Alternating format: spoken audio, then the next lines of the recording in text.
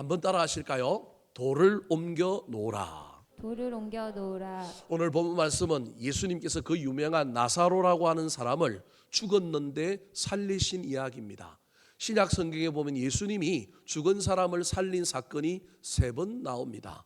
그 대상도 아주 다양합니다. 첫 번째로는 12살 먹은 해당장 야이로라고 하는 사람의 딸입니다.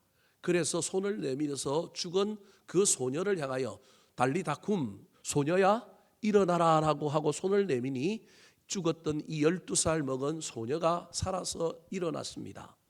또 다른 한 명은 예수님께서 길을 가다가 나인이라고 하는 작은 성으로 들어가셨는데 들어가기 직전에 그 성문을 열고 상여행렬이 나오기 시작했습니다.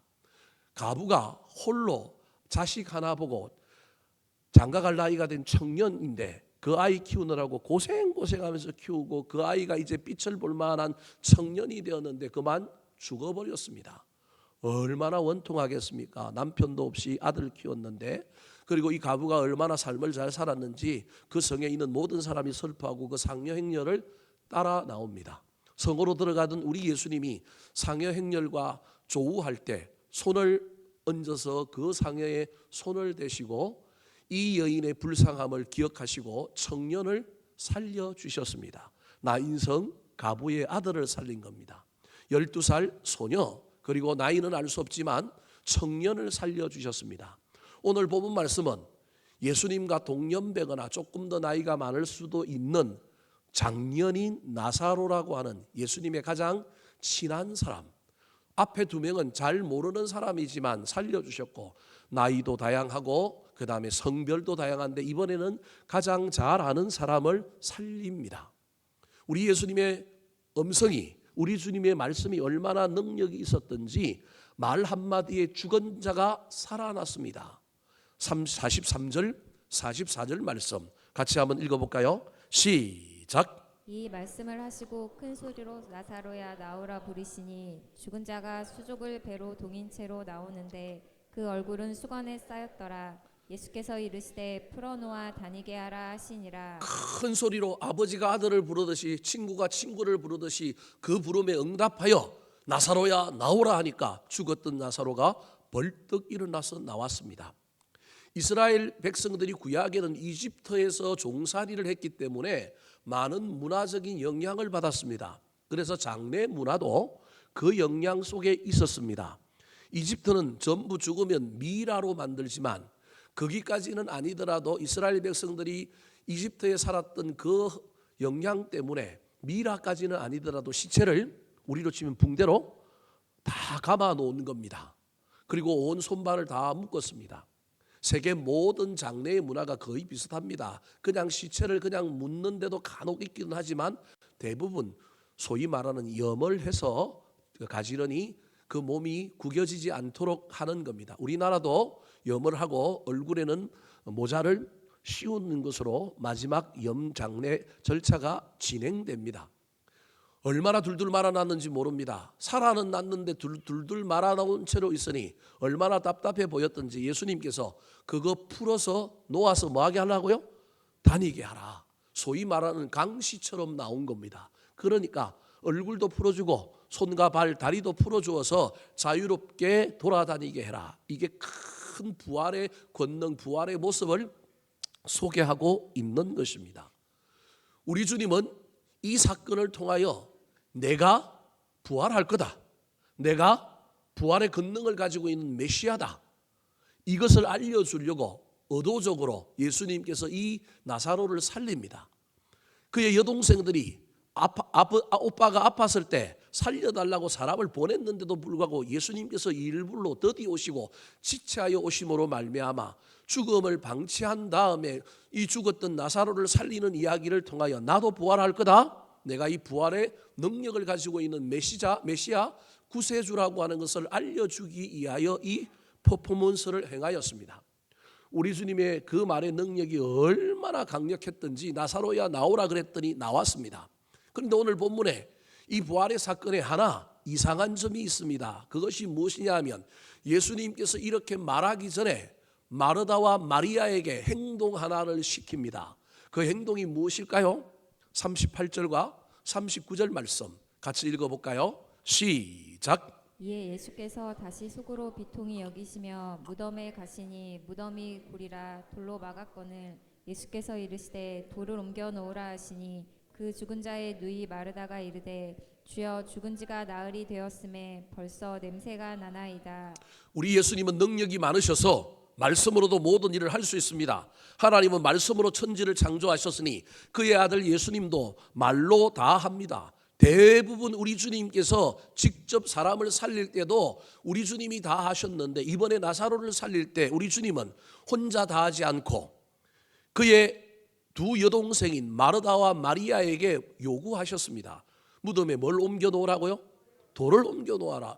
어쩌면 예수님의 권능이 제한이 있는 것처럼 보일 정도로 이상한 행동을 하십니다. 이거 안 하셔도 됩니다. 그냥 주님이 나사로야 나오라 그러면 나사로가 강시처럼 통통 튀어서 그 돌문을 열고 살아날 수 있습니다. 왜? 우리 주님은 능력이 많으시니.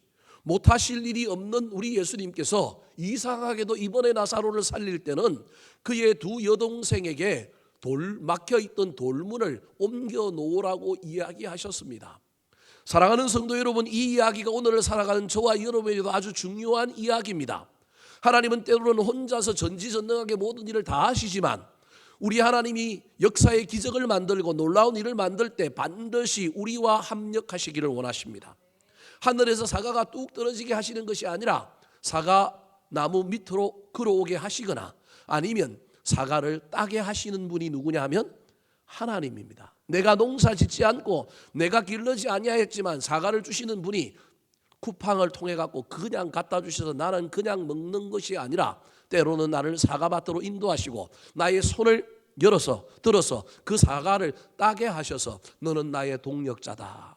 나는 너와 함께 일한다. 하나님의 열심과 사람의 열심이 만나서 기적을 이루는 일들을 우리 주님은 더 좋아하십니다. 사순절을 지나가는 저와 여러분에게 우리 인생에 부활과 같은 큰 능력이 일어나고 기적이 일어나고 놀라운 일이 일어나려면 오늘 저와 여러분이 사는 이 시대에도 하나님이 이 가정에서 이 두 여인에게 이야기하셨던 돌을 옮겨 놓으라고 하는 이 말씀이 여전히 오늘을 살아가는 저와 여러분에게도 하는 말씀이라고 하는 사실을 기억했으면 좋겠습니다.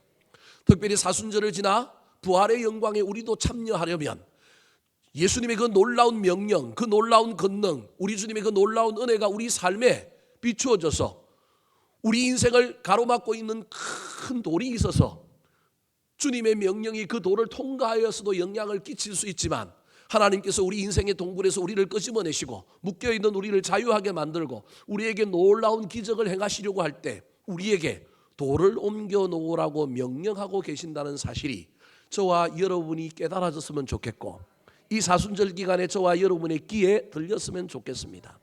난 아무런 문제가 없어 난 잘 살고 있어가 아니라 저와 여러분이 우리 주님의 음성이 들려와서 제발 돌 좀 없애라 내가 역사할게. 하나님 그냥 해주세요. 그게 아니라 우리 주님의 음성 소리를 듣고 민감하게 저와 여러분이 돌을 굴렸으면 좋겠습니다. 돌을 옮겨 놓았으면 좋겠습니다. 사순절 기간에 아무리 찾아봐도 내 인생에 어떤 돌을 옮겨야 될지 어떤 돌을 굴러버려야 될지 저와 여러분이 잘 모르겠거든.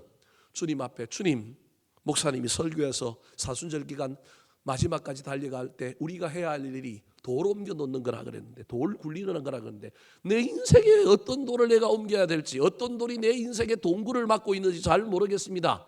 물어보시기 바랍니다. 마르다와 마리아에게 말씀하셨던 우리 주님께서 여러분에게도 말씀하실 것입니다. 말씀하지 않아도 성령님이 내 안에 살아계셔서 이 사순절 기간에 저와 여러분이 깨어 있었더니 주님께서 큰 깨달음을 주셔서 너의 인생에 이런 돌이 너를 막고 있다. 이 돌을 옮겨라. 이 돌을 굴려라. 깨달아지면 순종함으로 말미암아 그 돌을 옮겼으면 좋겠습니다.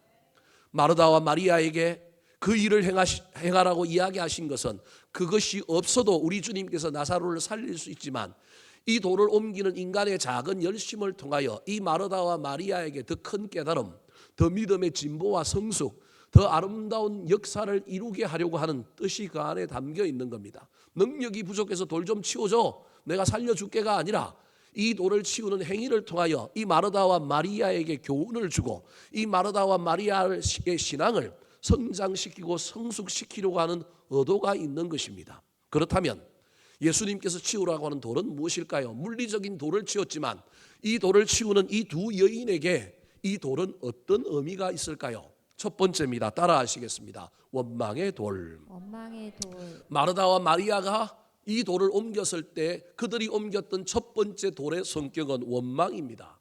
옛말에 잘 되면 내 탓이고 못 되면 조상 탓이라고 했습니다. 서양 격언에는 핑계 없는 무덤이 없다. 누구든지 자기 입장에서 대의명분을 만들고 이유를 만들면 모든 사람은 핑계가 있다. 특별히 원망하고 불평하고 남 탓하는 사람에게 이유가 없는 사람은 없습니다. 자기 입장에서 보면 내가 하는 원망, 내가 남 탓하는 것 전부 다 이유가 있습니다. 그럼에도 불구하고 사랑하는 성도 여러분, 저와 여러분이 할 수만 있다면 우리 인생의 원망과 불평을 걷어내야 합니다. 잠시 잠깐 원망과 불평하더라도 그 원망과 불평이 계속 우리 인생을 막고 있을 수 없도록 그 원망과 불평의 돌을 치워버려야 합니다. 왜 그래야 될까요?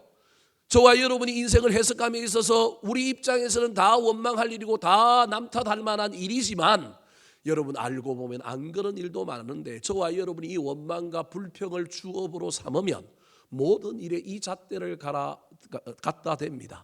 그래서 우리 인생에는 성공할 길보다는 빨리 원망할 길을 찾고 남 탓할 길을 찾고 내가 달랐으면 좋은 부모 만났으면 좋은 남편 만났으면 좋은 아내 만났으면 내가 다른 사람을 만났으면 자꾸 인생을 그렇게 살다가 우리 인생은 영원히 행복하지 못하고 더 깊은 나락으로 빠지게 되기 때문에 그렇습니다.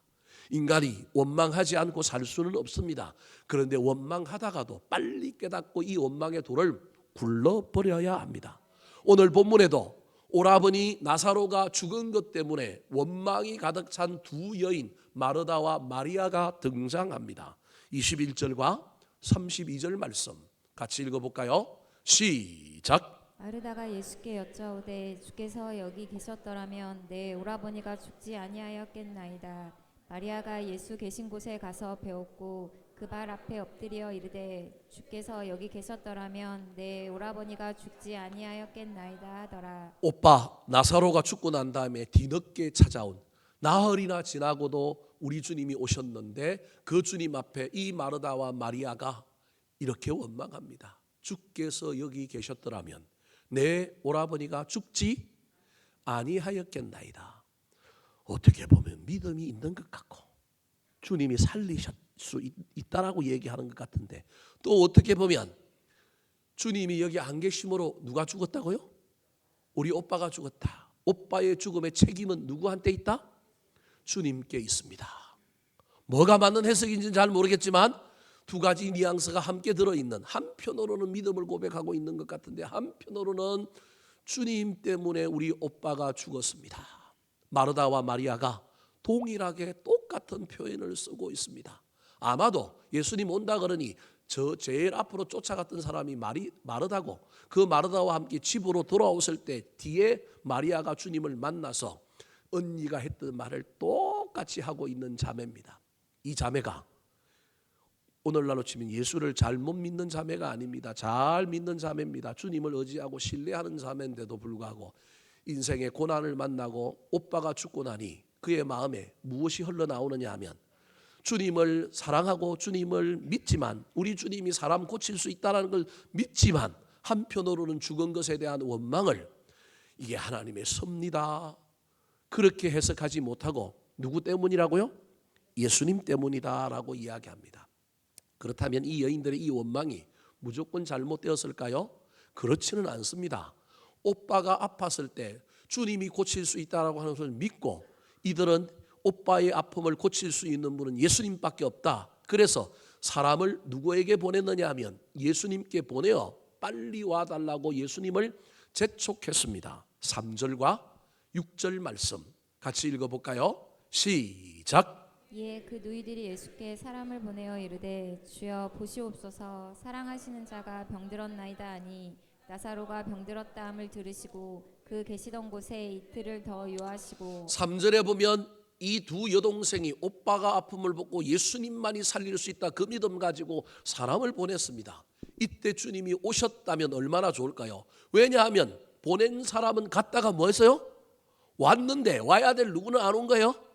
예수님은 안 온 거예요. 그러니까 원망할 수밖에 없죠. 왜 안 왔느냐? 6절에 보니까 나사로가 병들었다 함을 들으시고 그 계시던 곳에 어떻게 했다고요?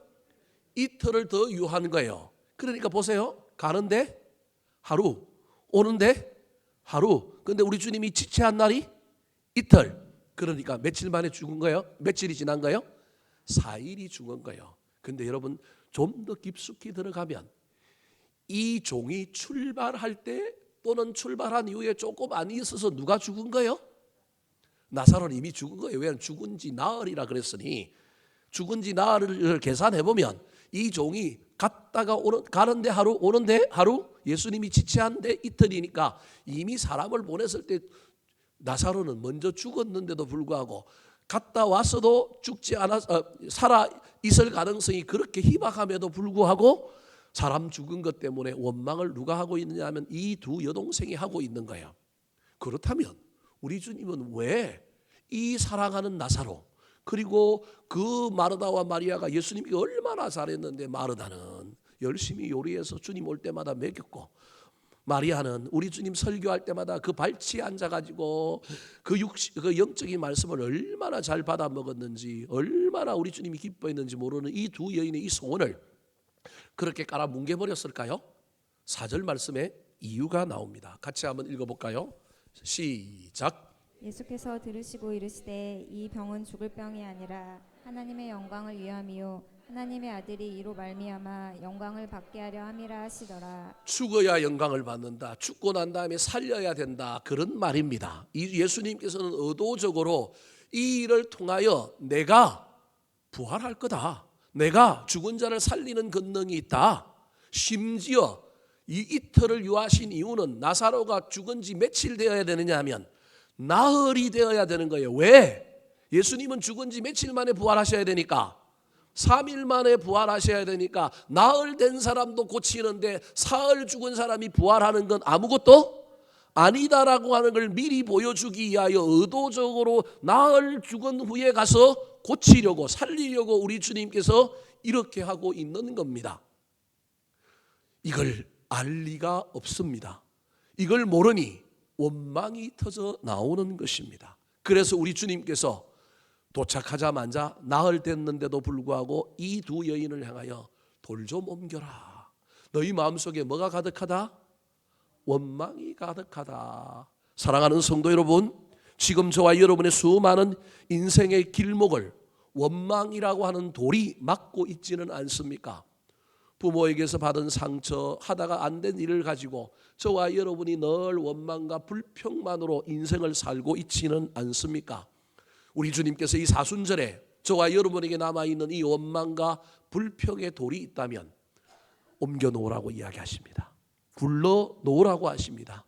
이 말씀을 듣고 이거 있어도 우리 주님께서 역사하실 수 있지만 합력하여 선을 이루고 우리를 더 아름답게 응답 이후에 우리를 더 아름답게 만들어 가시기 위하여 우리의 영적인 성장과 진보를 위하여 우리 주님께서 말씀하시는 돌을 옮겨 놓으라고 하는 그 음성이 저와 여러분의 귀에 들려서 우리도 이 돌을 옮겨 놓을 수 있게 되기를 우리 구주 예수 그리스도의 이름으로 축원합니다.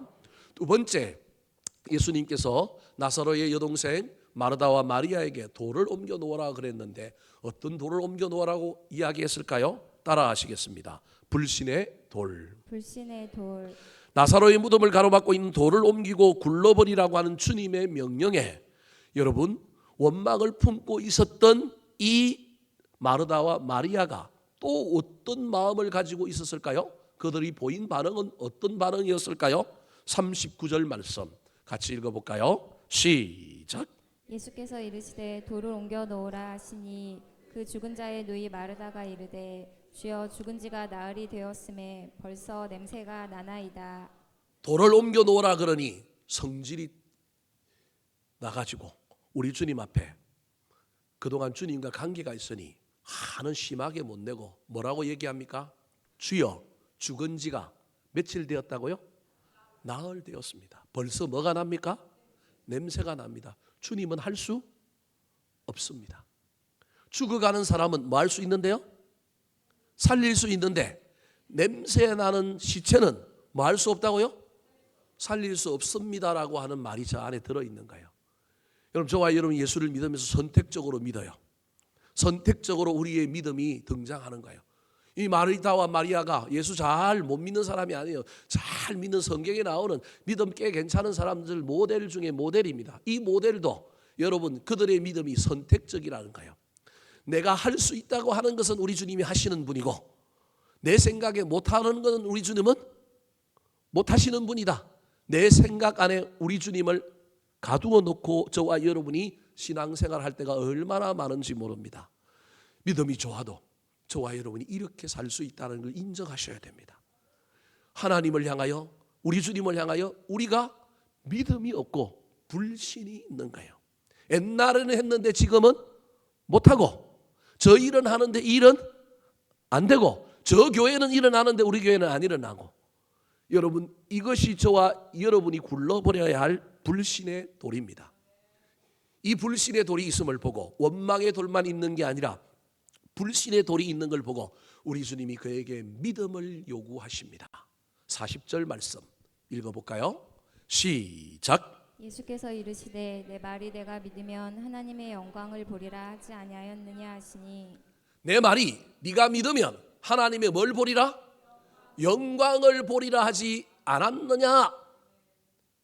여러분, 저 말은 지금 하고 있는 말인 동시에 이전에도 뭐 했다고요? 했다라고 하는 말이 저 안에 있는 겁니다. 여러분, 저와 여러분이 귀가 아주 똑똑해서 잘 듣는 것 같지만 여러분, 들을 것만 듣습니다. 내가 좋아하는 것만 듣습니다.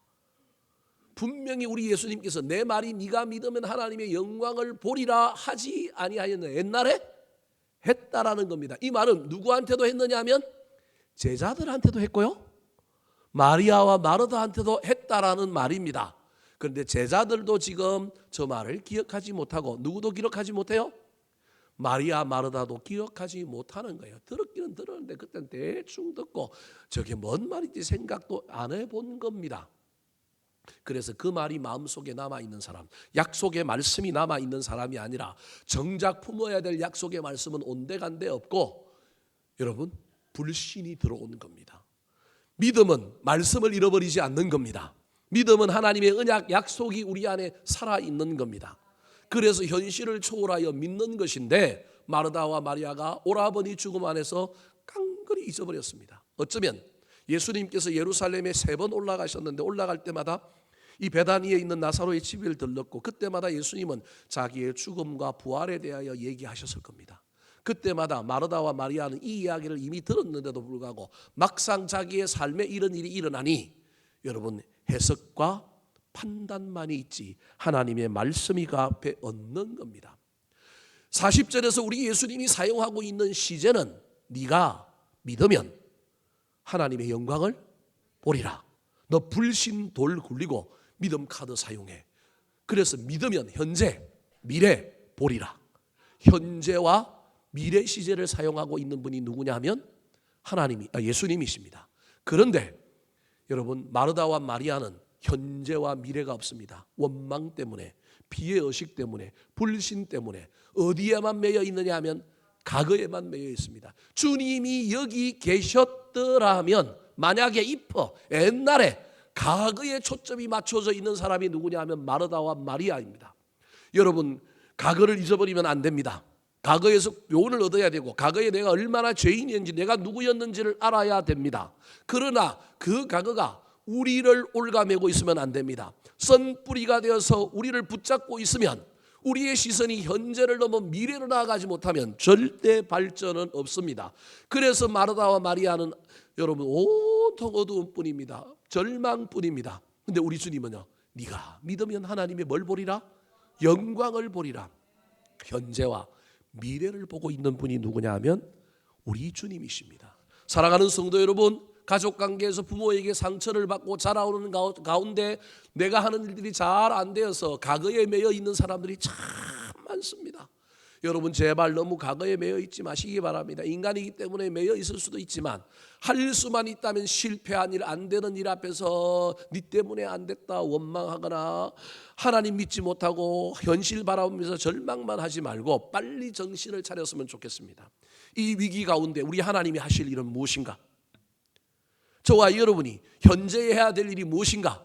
미래에 어떤 일이 일어났으면 좋겠는가? 과거는 과거고 더 좋게 일어나고 합력하여 선을 이룰 일이 무엇인가를 바라보며 현재의 믿음을 사용하고 미래를 소망 가운데 바라보며 달려갔으면 좋겠습니다.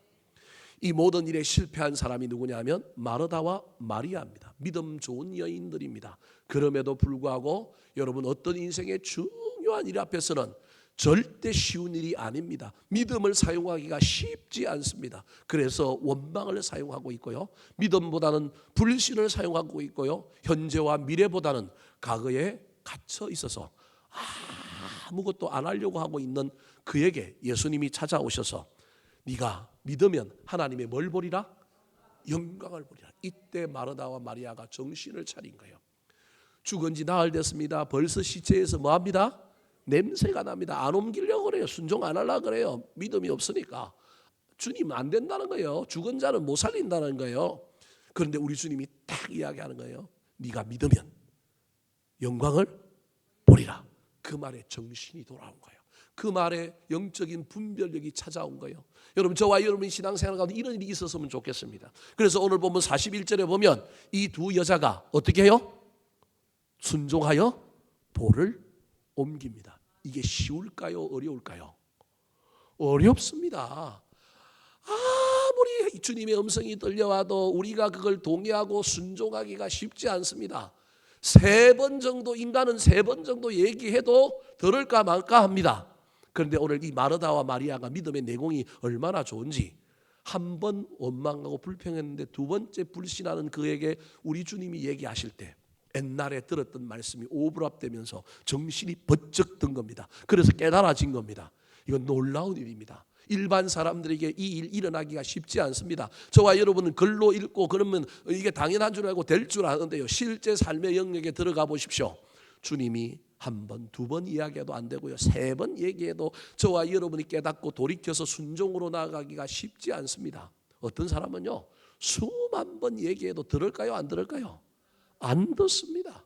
그런데 깨달음의 은혜가 누구에게 임했느냐 하면 이 마르다와 마리아에게 임한 겁니다. 그래서 2번 만에 냄새 납니다. 안 됩니다. 그런 그가 우리 주님이 이야기하니까 2번 만에 이 여인들이 둘이 가서 이 돌을 옮깁니다. 물론 돌이 무거웠으니까 남자들 집에 있는 하인들이 도와줬겠지만 이 돌을 옮겨 놓은 것입니다. 사랑하는 성도 여러분, 불신의 돌을 이 사순절 기간에 저와 여러분이 옮겼으면 좋겠습니다.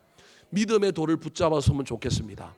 그로 말미암아 하나님께서 우리의 인생의 동굴에 갇혀있는 우리를 살려주시고 풀어놓아 다니게 하는 놀라운 은혜를 베풀어 주시는 것을 경험하게 되기를 예수님의 이름으로 축원합니다. 3번째입니다. 예수님께서 이 마르다와 마리아에게 옮겨놓으라고 하는 돌은 어떤 돌일까요? 따라하시겠습니다. 망각의 돌. 망각의 돌. 인간은 참 있는 걸 잘합니다. 은혜는 여러분 바위에 생기고 원하는 무리에 새기라 그러는데 우리는 거꾸로 합니다. 신앙생활도 정답이 있고 정도가 있는데 우리는 그 길을 잘 걷지 않습니다. 잘 하다가도 인생이 스텝이 꼬이고 저와 여러분의 신앙생활에 많은 변화가 오면 이상하게도 그렇게 잘 믿던 사람들도 엉뚱한 길로 걸어갑니다. 왜냐하면 잊어버렸기 때문에 그런 거예요. 잊어버린 줄 모르고 가는 거예요. 첫사랑을 잊어버렸고 신실함을 잊어버렸는데도 불구하고 나는 여전히 잊어버리지 않았다. 나는 변함이 없다고 착각하기 때문에 그렇습니다. 그래서 저와 여러분은 우리 인생에 망각의 돌들이 우리를 가로막고 있다는 사실을 늘 기억해야 됩니다. 식어가고 있고 막혀 있는데 저와 여러분이 이 돌을 버려야만이 여러분 생각이 납니다. 기억이 납니다. 우리 예수님은 나사로를 진짜 사랑하는 사람이었습니다. 그러므로 사랑하기 때문에 더디 가면 안 되시는 분입니다. 그런데도 우리 주님께서 이 나사로를 고치러 일부러 늦게 가셨습니다. 나사로와 예수님의 관계가 적당한 관계가 아닙니다. 진짜 친한 관계입니다. 예수님이 제자들보다 어쩌면 더 사랑했을 수도 있습니다. 신약 성경에 예수님께서 사랑이라고 하는 단어를 직접 쓰는 것은 가룟 유다가 예수님을 배신하여 예수님의 입에 떡을 넣어줌으로 말미암아 누가 팔자입니까? 라고 물어볼 때 내 입에 떡 넣어주는 자다. 근데 그 떡을 누가 넣어줬느냐 하면 공교롭게도 가룟 유다가 그 입에 넣어줬습니다. 그래서 가까이 있는 사람, 예수님의 그 음성을 들었던 사람은 다 압니다. 아마도 가룟 유다는 저 멀리 있다가 그 소리 못 듣고 입에 떡을 넣어줬을지도 모릅니다.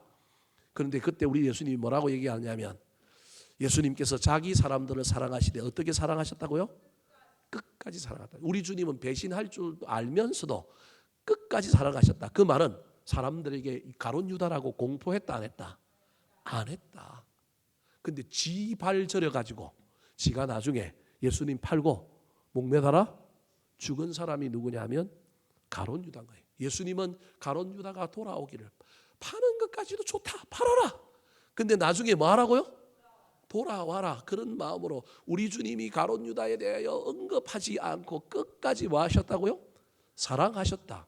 그런데 이 사랑이라는 단어를 또 쓰고 있는 사람이 누구냐 하면 나사로입니다. 3절 말씀을 다시 한번 더 읽어볼까요? 시작. 이에 그 누이들이 예수께 사람을 보내어 이르되 주여 보시옵소서 사랑하시는 자가 병들었나이다 하니 오빠 나사로가 아파서 죽어갈 위기에 처했을 때 동생 마르다와 마리아가 하인을 보내어서 예수님에게 예수님 나사로가 죽어갑니다. 빨리 오라고 전갈할 때 이 전갈을 전하는 이 하인이 쓰는 표현이 보시옵소서 사랑하는 자가 병들었나이다.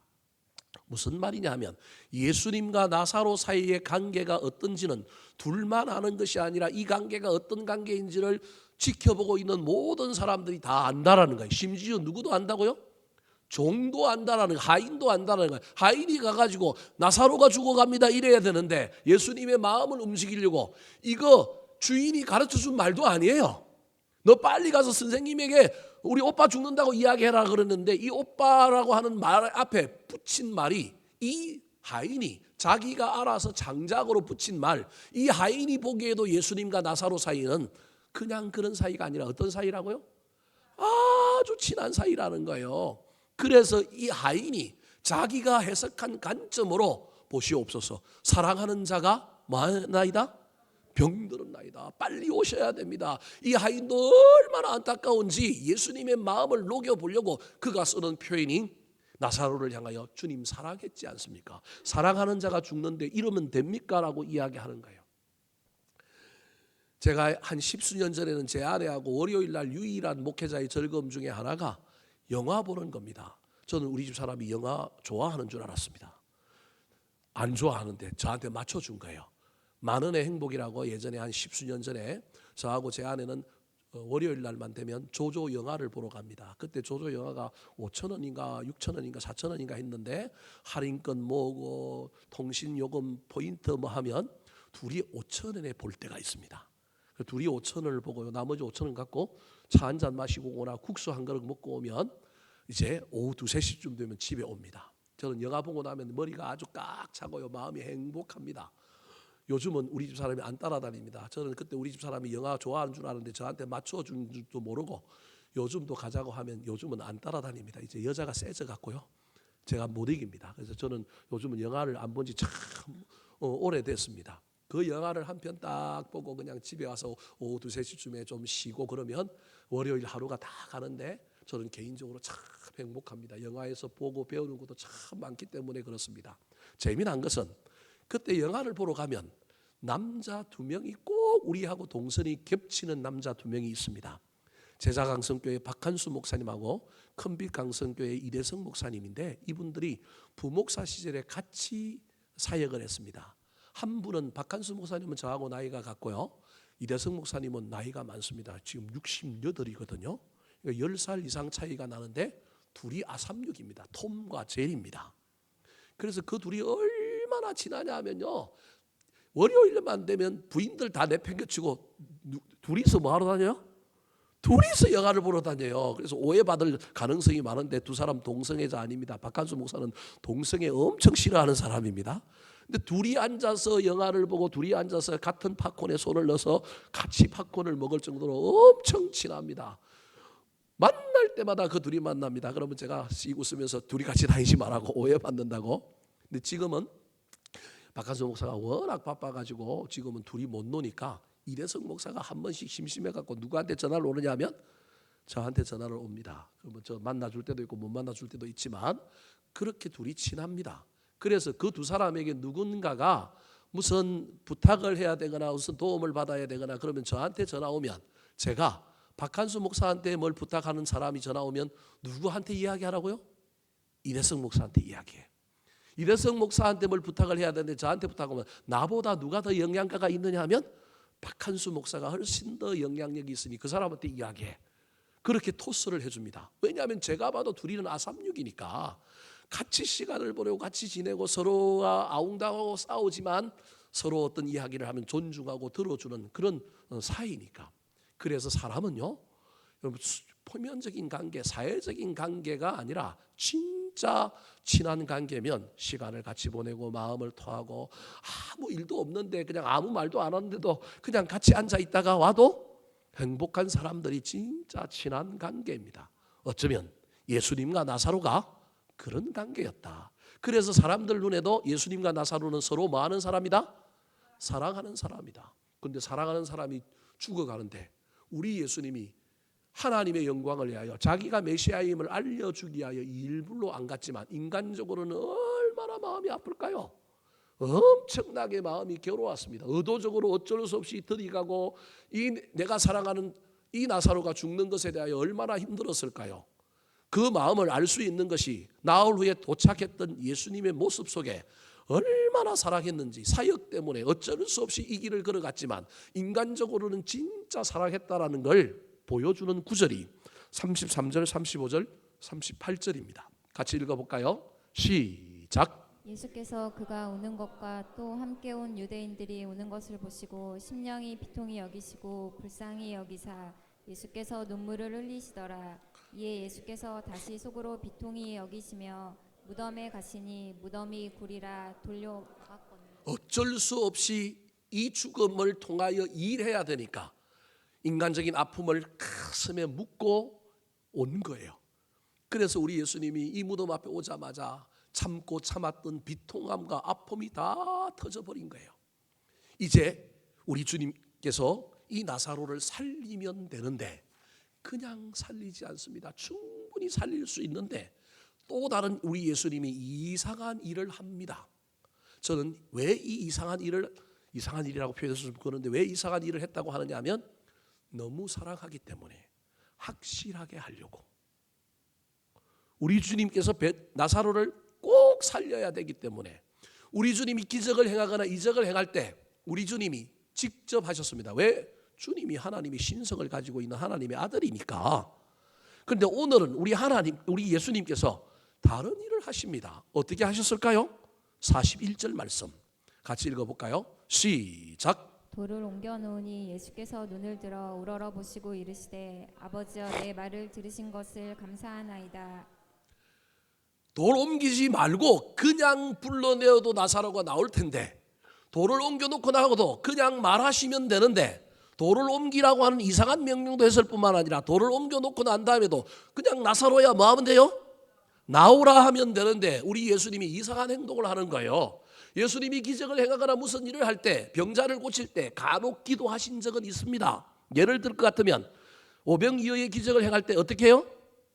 축사하시고 눈에 맹인에게 침을 바르고 난 다음에 우리 주님께서 잠시 뭐 하시냐 하면 기도하십니다. 그런 몇 개의 사건들을 제외하고는 우리 주님이 곧바로 직통적으로 고치셨습니다. 그런데 오늘 이 나사로의 이야기 속에서 우리 주님이 직통적으로 나사로가 나오지 않고 하나님 앞에 돌을 옮겨놓고 난 이후에 우리 주님께서 눈을 들어 우러러 보시고 이거 하나님께 뭐 하고 있는 거예요? 기도하는 거예요. 자기 능력으로도 할 수 있는데 하나님께 우러러 보시고 아버지여 내 말 들으신 것을 뭐 하나이다? 감사하나이다. 여러분 이 이야기 어떤 의미가 있을까요? 여러 의미가 있겠지만 내 기도 들어주신 걸 감사합니다라고 하는 말도 있지만 앞에 이야기했던 영광을 얻을 것이다 이 일들을 통하여 이 말 속에는 확실히 나사로 살 겁니다라고 하는 의미가 담겨 있는 거예요. 우리 주님의 입장에서는 너무너무 사랑하기 때문에 이렇게 기도하고 있지만 마르다와 마리아에게는 또 다른 교훈을 주고 싶어서 이렇게 하고 있는 겁니다. 그 이유가 무엇이냐면 너희들이 사람을 나한테는 보냈는데 너희들이 해야 할 일을 잊어버렸다. 망각했다. 뭘 망각했다고요? 기도하는 것. 봐라, 내가 지금 하나님께 뭐 하고 있다? 기도하고 있다. 사람을 보낸 것까지는 잘했는데 사람 보내놓고 너와 너 동생 마리아가 마르다야 해야 할 일은 뭘 잊어버리면 안 된다고요? 기도하는 것 잊어버리면 된다 안 된다? 안 된다. 사랑하는 성도 여러분, 저와 여러분이 이 사순절 기간에 우리가 기도를 잃어버렸다고 하는 이 망각의 돌이 우리를 붙들고 있음을 기억하시기 바랍니다. 다른 때도 기도 안 하지만 사순절에는 더 기도를 안 할 가능성이 많습니다. 그래서 이 돌을 치우고 여러분 다시 기도를 붙들어야 합니다. 예수님께서 하늘을 우러러 기도하신 이유가 여기에 있는 거예요. 그러면서 그 기도의 마지막에 뭐라고 얘기하고 있냐면 내 말을 들으신 것을 뭐하나이다? 감사하나이다. 또 다른 잃어버린 것을 이야기하고 있는데 그것이 무엇이냐 하면 감사. 무슨 감사냐? 좋은 오빠 주셨는데 우리 오빠가 늘 나를 위하여 희생하고 은신하고 나한테 잘해주는 것, 그거 뭐 감사한 마음은 있었지만 그 오빠에 대하여 진정한 감사라기보다는 그냥 있으니까 좋은 정도로 살았는데 이제 오빠 다시 살려줄 테니까 살아있을 때 잘해. 그동안 감사함 없이 그냥 좋게만 지내는 것으로 여겼지 감사를 표현해라. 나처럼 하나님께 감사하나이다 하는 것처럼 너희들도 오빠한테 그렇게 해라. 또 다르게는 기도 응답받고 나면 응답의 체에만 있지 말고 응답받은 자는 뭐 하라고요? 감사하라. 이 돌을 치우면서 기도를 회복하고 감사를 회복하라. 사순절에 저와 여러분이 망각의 돌 잊어버리고 우리가 어디에서 떨어졌는지 무엇이 부족한지 저와 여러분이 잃어버렸던 걸 다시 찾았으면 좋겠습니다. 그 중에 기도와 감사를 찾았으면 좋겠습니다. 그리하여 우리의 열린 문에, 인생의 문에 우리 주님께서 말씀하시고 우리 주님께서 은혜를 베풀어 주셔서 동굴에 빛이 들어오고 우리 인생에 죽었던 것이 살아나고 갇혀있고 매여있던 것이 풀어놓아지는 놀라운 역사가 저와 여러분의 남은 사순절 기간에 일어나게 되기를 예수님의 이름으로 축원합니다. 한번 따라 하실까요? 사순절에 옮겨야 할 세 가지 돌. 사순절에 옮겨야 할 세 가지 돌. 원망의 돌, 원망의 돌, 불신의 돌, 불신의 돌, 망각의 돌.